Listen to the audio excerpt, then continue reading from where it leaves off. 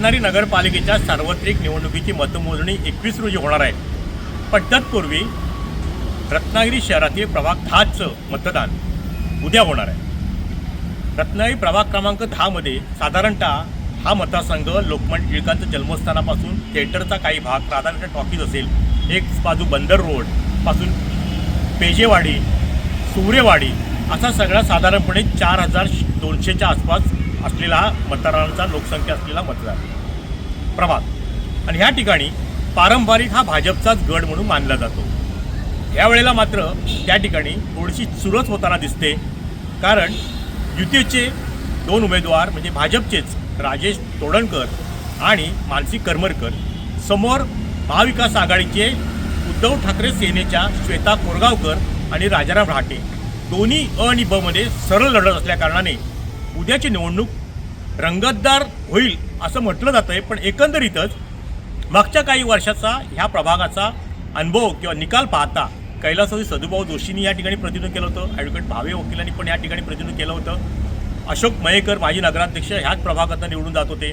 त्यामुळे हा भाजपचा पारंपरिक मतदार असल्याने हा भाजपचा पारंपरिक गड म्हणून मानला जातो. आणि ह्या ठिकाणी मिळणारं मताधिक्य नगराध्यक्ष निवडणुकीला सुद्धा निर्णायक ठरणार आहे, यात सुद्धा कोणतीही शंका नाही. एकंदरीतच 4 मतदान केंद्रांमध्ये उद्या हा प्रभाग 10चं मतदान होणार आहे. 4200च्या आसपास मतदार आपला मतदानाचा हक्क बजावतील. नगराध्यक्षपदाची निवडणुकीचं मतदान झालेलं आहे.